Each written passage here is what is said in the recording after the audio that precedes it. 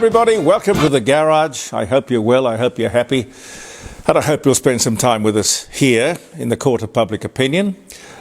Peter, you okay? Mm-hmm. Okay. Gary, you're all right? Long live the king, Jeremy. Yeah, we'll get to that. Good rains. I tell you what, it came down today in Adelaide. I hope it's getting out to where it is really needed, and God, it's needed just about everywhere, of course. Snow's falling on the Alps. Roads are closed. You heard about that? 13 people had to be rescued, dug out of their cars, wild and woolly. Isn't that fabulous bad news? Well, look. There's a good side of that one. A few days into winter and it's here with a vengeance. And indeed, happy birthday to King Charles. Yes, indeed. Happy birthday to King Charles. Now, everyone has a glass. We're recording this on Monday afternoon for posting on Facebook Tuesday morning at 9 o'clock. So this is 3 o'clock on Monday afternoon, the King's birthday. So to you, sir, Pete, and of course the 830 recipients of the King's birthday honours. Congratulations to you all.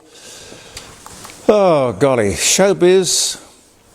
All those lists are somewhat controversial every time. But anyway, there were show business people, a former Prime Minister, but they always get a gong after they've left office, sports people, business, activists, scientists. We all know people who should be nominated, quiet achievers, who don't sort of blow their own bags, bugles. It's a very easy process, and it's very worthwhile. I was saying to one of my guests on the Friday show, you know, around the dining room table, jeremycordeaux.com, to give it a plug. Annette Brodie was her name. She was from a little outfit that I found in Sydney called Reconnect. And I said, after she told me the story, I said, you should be nominated for an Order of Australia. Now, this was because she started a business that reconditioned or rebirthed old telephones, computers, laptops, tech, for people who needed it but couldn't afford it. And she's done it for tens of thousands of people. Wow. Now, I am going to nominate her because that is a really worthwhile thing. And when I said it to her, she said, yes, nominate me. I'd love it. And I will. Sweetheart, I will. Prince William has done an interview with the wonderful Sir David Attenborough, all to do with the upcoming meeting in Europe to support the oceans of the world, and my God, do they need our support. As if the plastic pollution and all of the rest of the pollutions in the ocean, if that isn't enough. And we've talked about this before here in the Court of Public Opinion, but these ships, they're mostly Chinese, with industrial strength vacuum cleaners that, believe me, suck up everything in the water and on the ocean floor. Now, this will be a test of the integrity of these very vocal, very public conservationists. All you have to do, don't wring your hands, just ban these vessels. Ban these industrial fishing ships. None of this. Oh, these struggling third world countries, they need to eat. United Nations crap that has allowed this criminal vandalism to continue for years. Now, the Prince and Attenborough are probably far too gentlemanly to say the sort of things I've just said. But I've been talking about these ships, these disgusting ships, for years.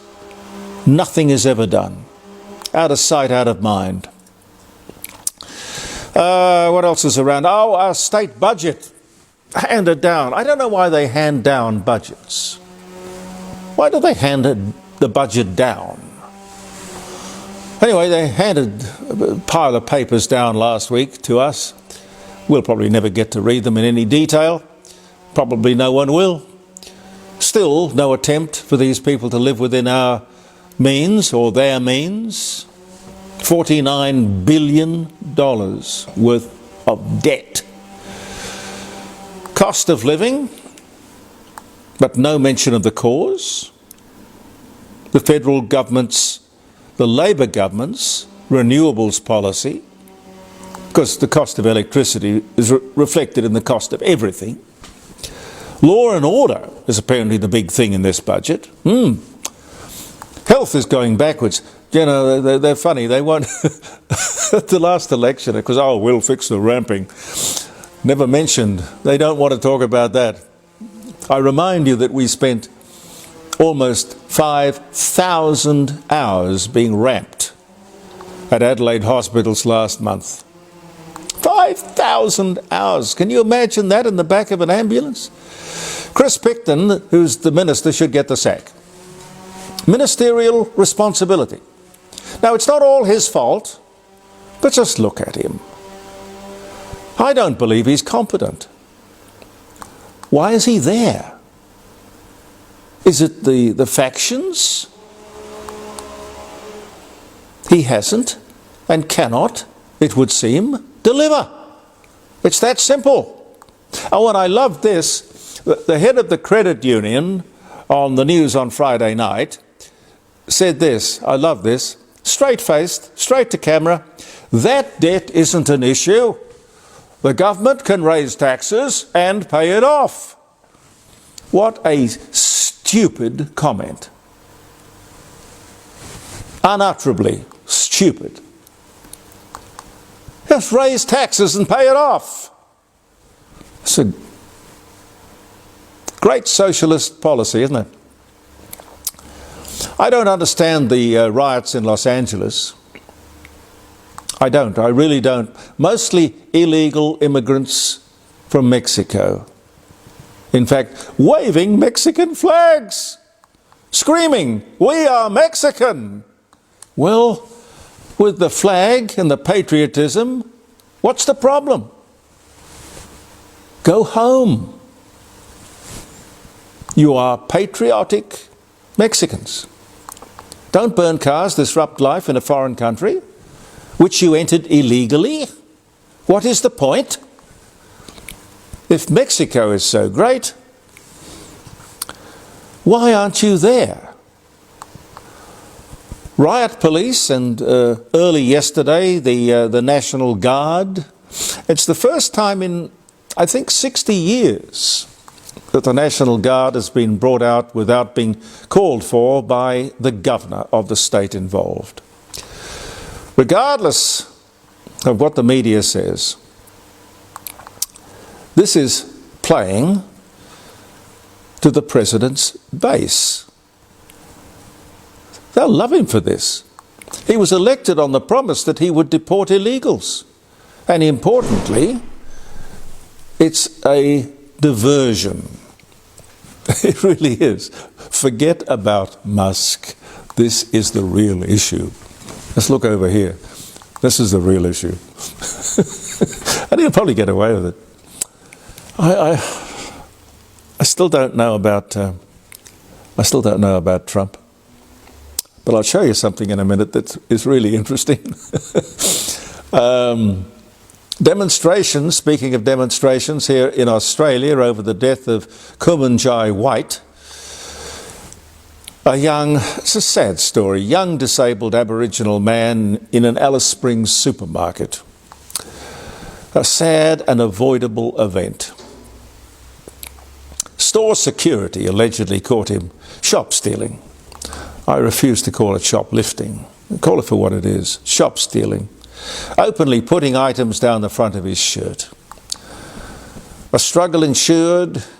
Two off-duty police officers took charge. The next thing we know is the guy's dead. No doubt there'll be an inquiry. Whether that satisfies the Aboriginals who are demonstrating their anger, not only in Alice Springs, but Sydney and Melbourne and Brisbane. I don't think there was one here in Adelaide. I don't know what to say. I really don't. Aboriginals are absolutely overrepresented in the prison system. Now this is the question. Is it because of an inherent bias against them, a prejudice, or is it because they commit more crime? Are they basically antisocial? Alice Springs, Tennant Creek, when I was doing the evening show on 5DN, I used to get a lot of people from, because the AM signal at night is so much stronger and they can pick up the radio stations, AM stations all over the country in the outback. I used to get a lot of calls from places like Tennant Creek and dozens of other outback towns. They're all out of control. A lawless embarrassment. This is obviously not all Aboriginals. But in these towns and elsewhere, they ask that their laws, customs and culture be respected. Is it too much to ask them to do the same for us?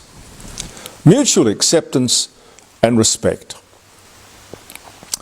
The project, I think I can safely talk about this today. The project on Channel 10, of which I am not a fan, will be scrapped at long last. It has been, I think it's fair to say, a ratings failure for the money that's been spent on it and the promotion that it's been given.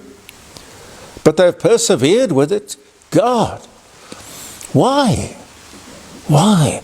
On commercial television and radio, left-wing shows never work. That is the jurisdiction of the ABC. They have that audience locked in, rusted on. Face it. Are you listening, 5AA? Prop Track said on the weekend, this weekend just gone by, rental affordability has never been worse. Well, we probably don't need to be told that. But it went on, the story, to say, never in our history has it been this bad. And Australia, and this surprised me, Adelaide in particular, is the most expensive real estate on the planet. Wow. If you've got some, I guess you'd be rubbing your hands together. If you want some, you'd be feeling a little despair.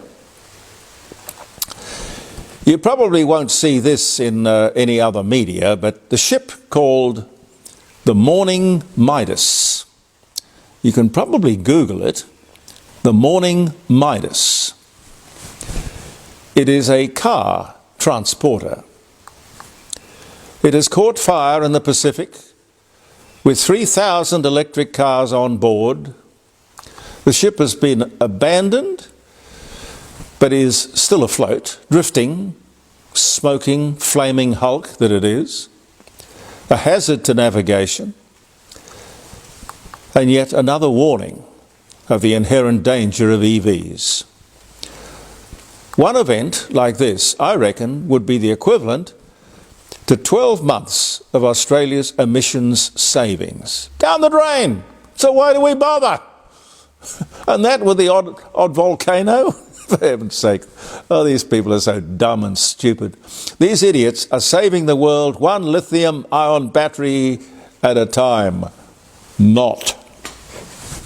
And just on EVs, Porsche has halted production of their most popular electric car, which is the Taycan, T-A-Y-C-A-N, I think, the Taycan, over fears the battery could catch fire. Well, of course it could. Now, I'm not saying that all of this is going to kill the electric vehicle, but I hope it will cause, in the face of negative publicity, more research and development into safer vehicles. At the moment, they deny the stories and they try to bury them from your view. That will not make the problem go away.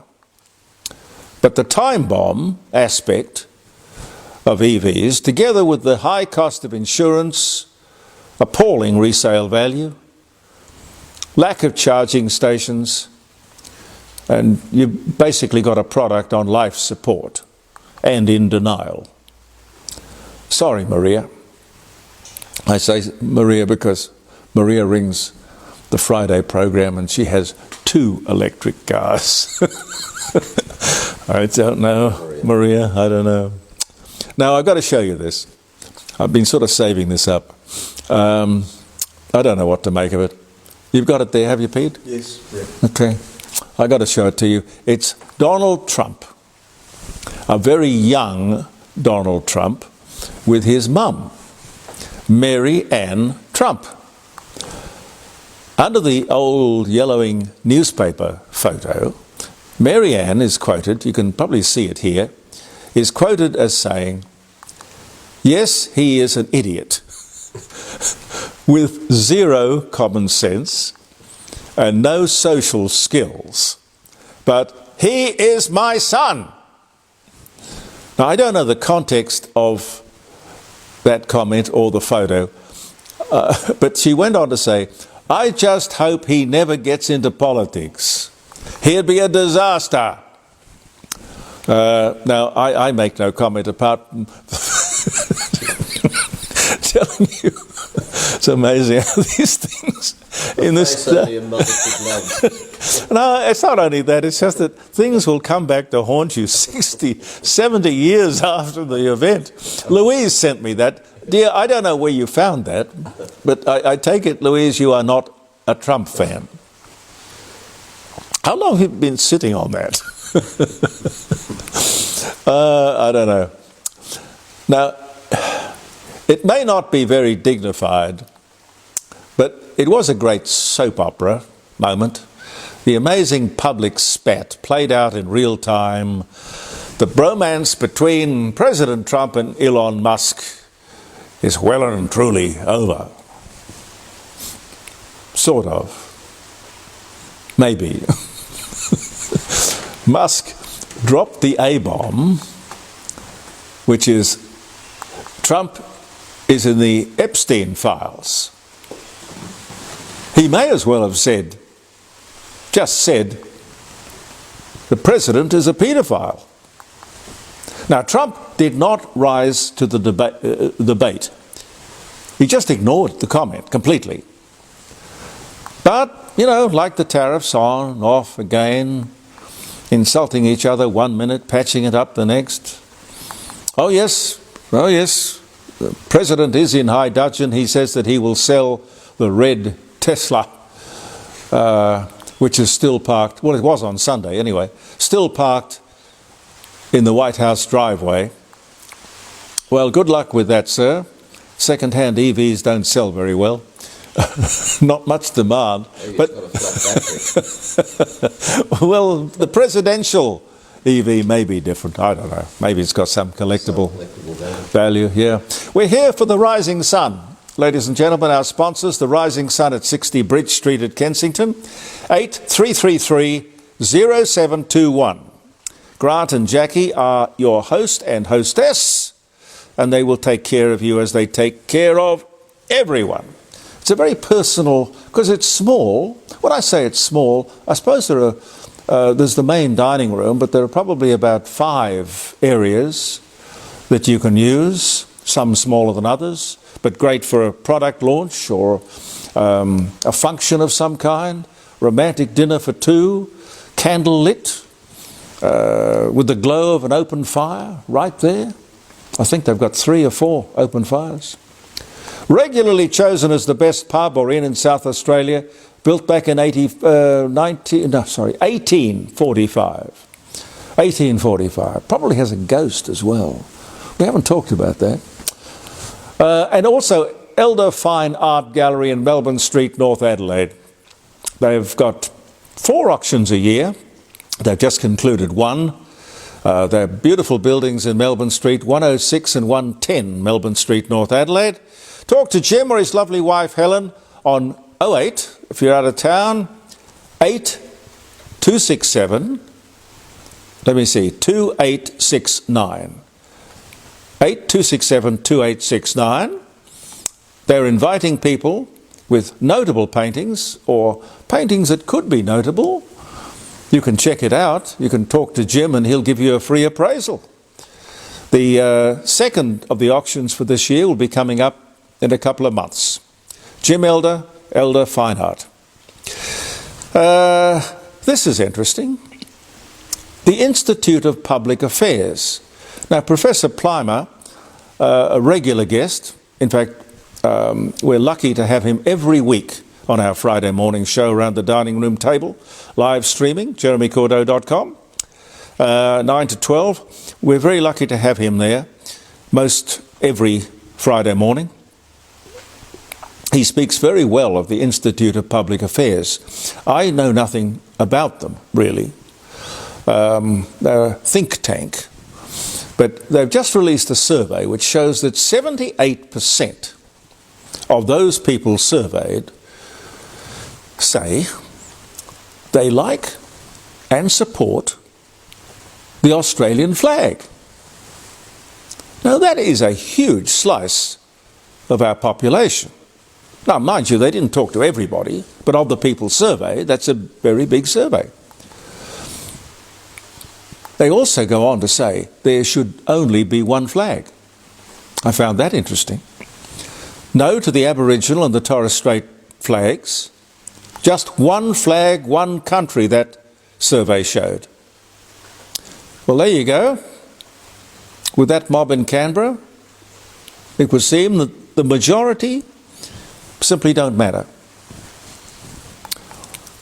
And I must tell you this, that story, Professor Plimer didn't give it to me. I found it, I'm not exactly sure where, but not widely reported. Doesn't fit the agenda. Doesn't fit the rhetoric.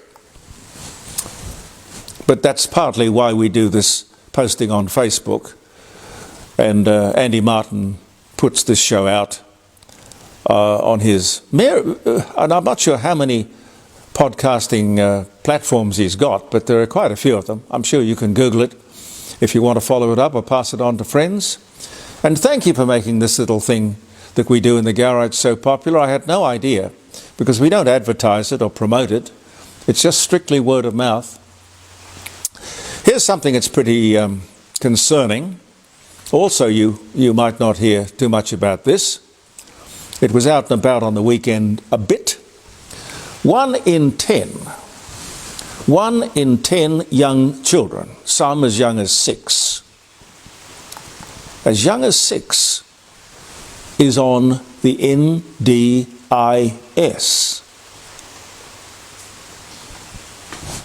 For God's sake, why?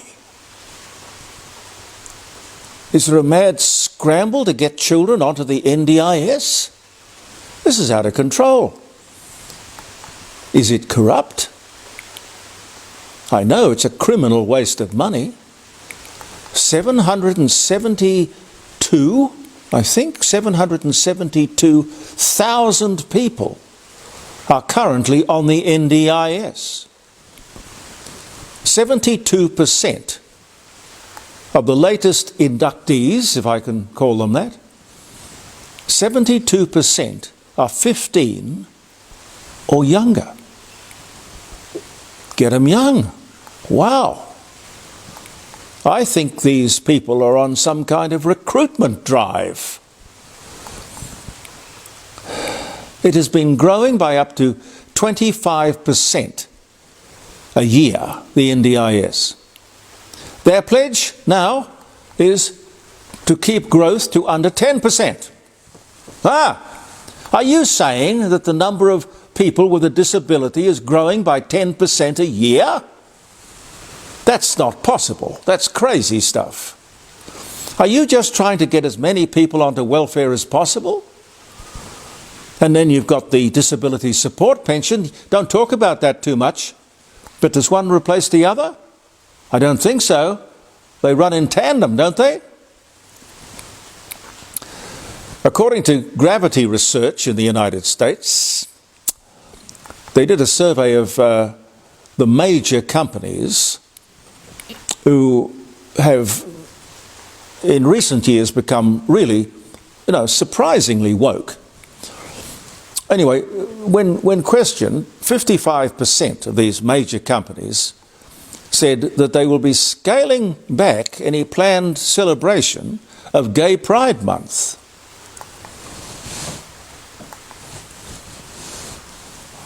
I mean, why would a steelworks or a mining company or an aerospace company, what, I don't get the connection. But America, as in Australia, with the rainbow flags and all, it's reached a tipping point, like the Welcome to Country stuff. Enough is enough. In America, it may be that the corporates have noticed that the majority voted for Donald Trump and his dislike of woke. He made it quite clear that he thought that the whole diversity, equality and inclusion movement had gone far too far. I agree with that. Business has to be able to read the room. You know, the best person for the job. There should be no overriding, overarching rule that surpasses that. The best person for the job. Nothing matters apart from his or her ability. Pete, am I out of time? No, you've got a couple of minutes, that's all. Okay. Now this isn't going to stop traffic. What else stops? The presses. Mind you, I've never heard any newspaper bloke ever say, "Stop the presses! Hold the front page!" But it's a Hollywood invention, I suspect. Apart from when Dunstan walked the jetty at Cordeaux. Well, did they get pictures of that? Oh yeah. Oh yeah. Well, he was holding back the tidal wave. He was holding back the tidal wave. Now there was a man who knew how to read the room. Great. He also knew how to work the room. He was fabulous. Well, we here in Adelaide have got many precious little things. We're not sort of like Sydney and Melbourne. We're not brash. We don't go out and over promote ourselves. But here we have in our beautiful little city, which is very, very livable, a wonderful facility which is called the Mortlock Library. Don't know if you've ever had a chance to visit it. Probably the locals, maybe if you're an interstate visitor, it would be more likely that you'd visit it. We, being here, take it for granted, but we shouldn't. Check it out. Now, why I mention it is that for the second time, it has made the top of the list of the world's most beautiful libraries, competing with the best: New York, London, Paris, Rome. Quite amazing. It has, I don't know how to describe it to you. I wish I had a picture. It has the most beautiful, brilliant gallery, several levels, which you can walk up the stairs and walk around. Wonderful lighting, fantastic atmosphere. And I'm not even mentioning the collection of books. It is truly magic.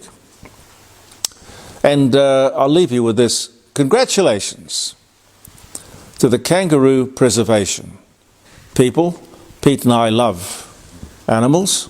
Yes, very much so. How are the koalas up the road? Haven't seen them for a couple of days. Yeah, I think they'll probably be liking the weather.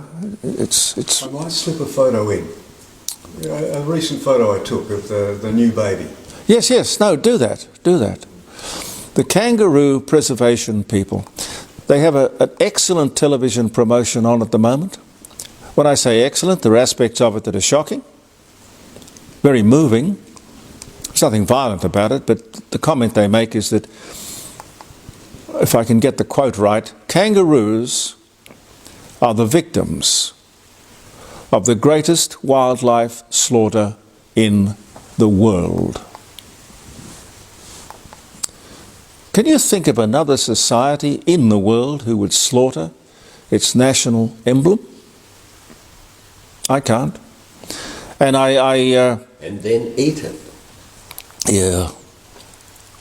People will say to me, well, we eat cattle and we eat pigs, and why wouldn't we eat kangaroos? I just find something quite wrong about that.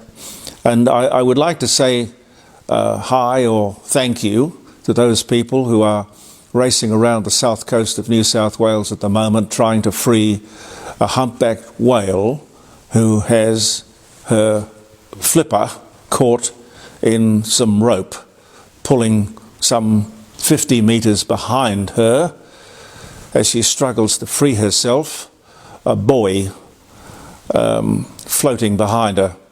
Anyway, I hope to see tonight that these very brave people, because they are risking their lives to free that whale, because if they don't free the whale, it will, if it doesn't die, it'll have its life shortened significantly. So they're great people to do that. They're out there in bad weather trying to do a wonderful deed. So I salute you along with the King. Absolutely. Oh. Yes. The oceans are a major problem. Am I able to just do a few dates, Pete? Yes. All days are interesting. Let's see what we have here, ladies and gentlemen.